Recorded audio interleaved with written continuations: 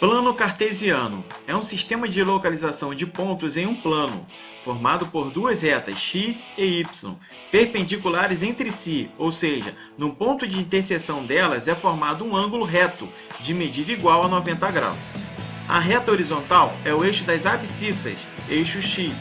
A reta vertical é o eixo das ordenadas, eixo y. O ponto comum dessas duas retas é denominado origem, que corresponde ao paraordenado 0, 0. No eixo x, eixo horizontal, são apresentados os valores numéricos da esquerda para a direita. Já no eixo y, eixo vertical, são apresentados os valores numéricos de baixo para cima. No plano cartesiano, a partir da origem, para a direita temos os valores positivos em relação ao eixo x, e para a esquerda temos os valores negativos. Já em relação ao eixo y, os valores positivos são para cima a partir da origem, e os valores negativos são para baixo, conforme indicado na seta. Observe no gráfico. Quadrantes no plano cartesiano. Perceba que as retas perpendiculares dividem o plano em 4 regiões. Essas regiões são chamadas de quadrantes. Elas são determinadas pelo sentido anti-horário do relógio. Veja: primeiro quadrante, segundo quadrante, terceiro quadrante e quarto quadrante. Observe que podemos informar os valores positivos e negativos das coordenadas x e y em cada quadrante. Primeiro quadrante, x e y são valores positivos. Segundo quadrante, os valores de x são negativos, já os valores de y são positivos. Terceiro quadrante, x e y são valores negativos.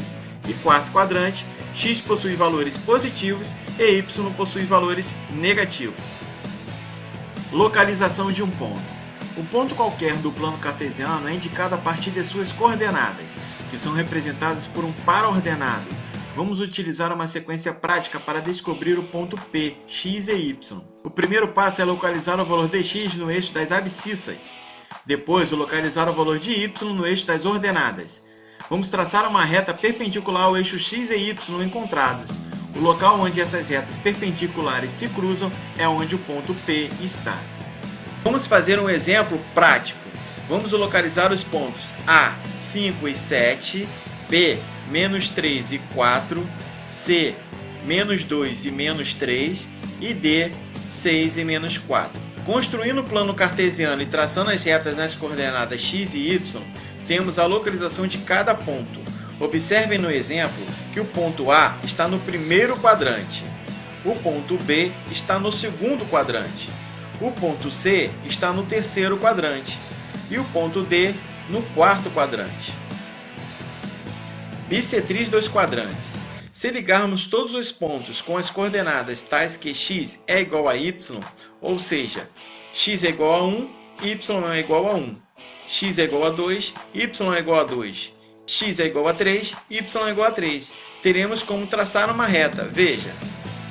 Analogamente, podemos ligar também todos os pontos para os quais x é o oposto de y, ou seja, para x igual a menos 1, y é 1. Para x igual a menos 2, y é 2. Para x igual a menos 3, y é 3. E assim por diante. Ou seja, as coordenadas dos pontos das bissetrizes que estão nos quadrantes pares são sempre opostas. Com isso, teremos a formação de uma nova reta. Cada uma dessas retas recebe o nome de bissetriz. Nesse caso, a reta que passa pelos pontos y igual a x é chamada de bissetriz dos quadrantes ímpares, pois atravessa os quadrantes 1 e 3. E a reta que passa pelos pontos y igual a menos x é chamada de bissetriz dos quadrantes pares, pois atravessa os quadrantes 2 e 4. Como uma bissetriz são iguais em módulo, é fácil perceber, pela análise do triângulo retângulo, que ambas as bissetrizes formam um ângulo de 45 graus com o eixo x. Veja. Geometria analítica, estudo do ponto. Distância entre dois pontos. Nós sabemos que a menor distância entre dois pontos é uma reta. Com isso, podemos dizer que a distância entre dois pontos distintos do plano cartesiano ortogonal é a medida do segmento de reta que une esses dois pontos. Mas como podemos calcular essa distância na geometria analítica? Vamos ver um exemplo. Qual a distância entre o ponto A, 4 e 1, e o ponto B, 1 e 5? Vamos marcar esses dois pontos no plano cartesiano e traçar uma reta entre eles. Observe que ao traçarmos as linhas auxiliares entre esses dois pontos, temos a formação de um triângulo retângulo, em que a hipotenusa é o segmento de reta que liga os pontos e os catetos são as diferenças entre as coordenadas do eixo x e as coordenadas do eixo y.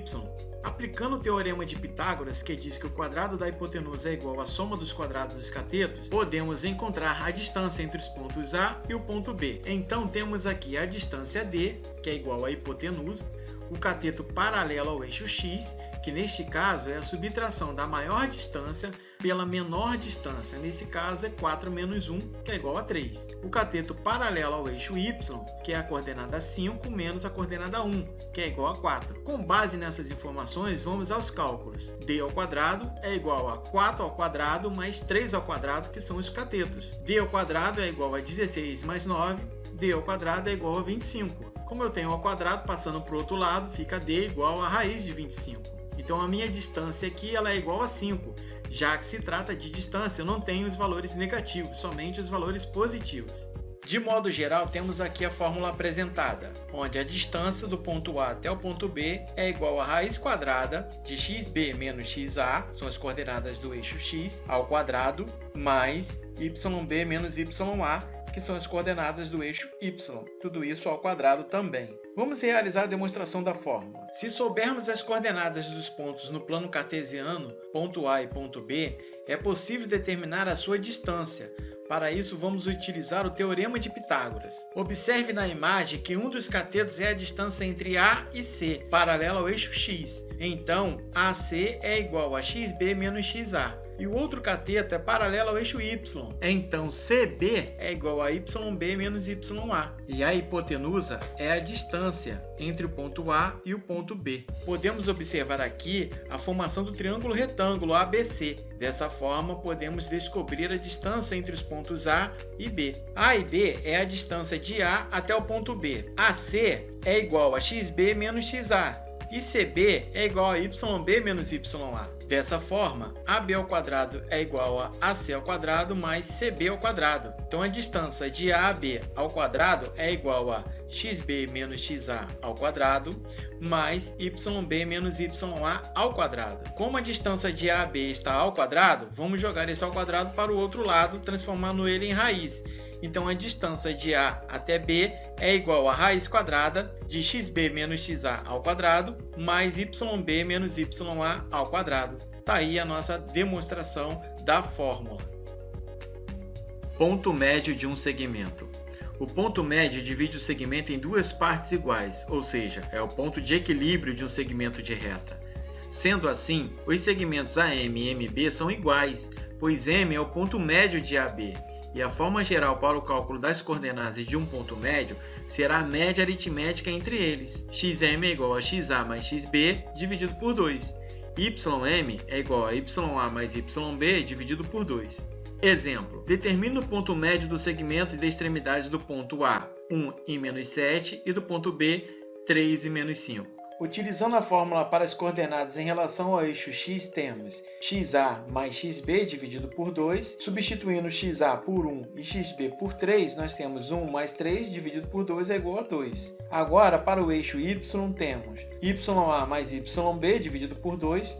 Substituindo ya por menos 7 e substituindo yb por menos 5, temos menos 7 mais menos 5 dividido por 2, que é igual a menos 6. Logo, o ponto médio é igual às coordenadas 2 em relação a x e menos 6 em relação a y. Baricentro de um triângulo é o ponto de intersecção das medianas de um triângulo. A mediana é o segmento de reta que liga um vértice ao ponto médio do seu lado oposto. Dessa forma, cada triângulo possui 3 medianas, uma para cada vértice. Vamos construir um triângulo com vértices A, B e C. Observe que em cada vértice temos as coordenadas x e y. Agora vamos determinar as suas medianas. Veja que para cada vértice podemos construir uma mediana. Marcamos o vértice A e traçamos uma reta. reta até o ponto médio do seu lado oposto, que neste caso está entre os pontos B e C. Fazemos isto também para os vértices B e C. Agora observe que temos o ponto de intersecção criado.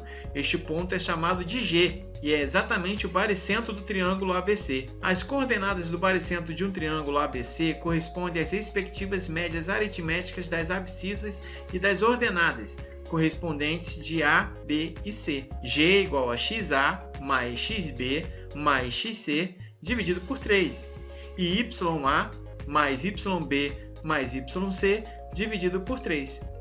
Uma observação importante é que o baricentro divide cada mediana em dois segmentos, de modo que a medida de um é o dobro da medida do outro. Observe os pontos K, L e M no triângulo. Temos que CG é igual a 2 vezes GM, BG é igual a 2 vezes GL, AG é igual a 2 vezes GK. O baricentro é o centro da gravidade de um triângulo. Podemos verificar essa propriedade construindo um triângulo qualquer, em cartolina e passando um fio por seu baricentro. Ao suspender o triângulo, ele ficará equilibrado.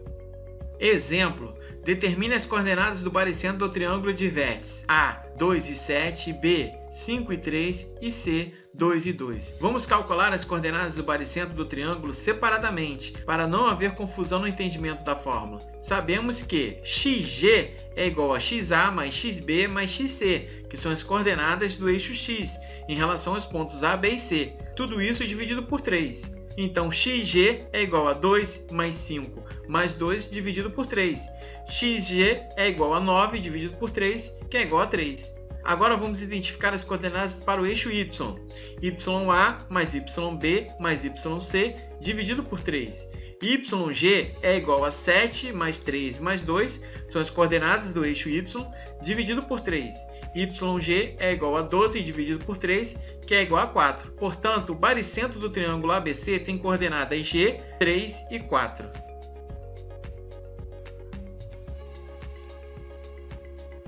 Condição de alinhamento de 3 pontos. Vamos considerar 3 pontos no plano cartesiano. O ponto A, x1, y1, o ponto B, x2, y2 e o ponto C, x3, y3. Para constatarmos se 3 pontos estão alinhados, ou seja, se eles são colineares, podemos montar a matriz 3×3, onde os valores de x pertencem à primeira coluna, os valores de y pertencem à segunda coluna e na terceira coluna será completada com o número 1.